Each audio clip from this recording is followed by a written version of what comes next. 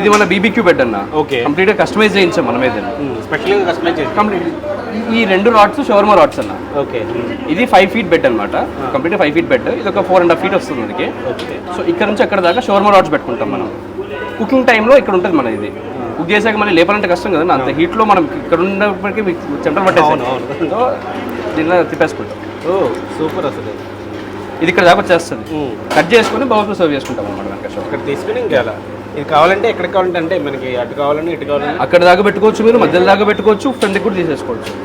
మనం బీబీక్యూ బెడ్లో ఒక 120 నుంచి 140 degrees టెంపరేచర్ మెయింటైన్ చేస్తాం. ఓకే.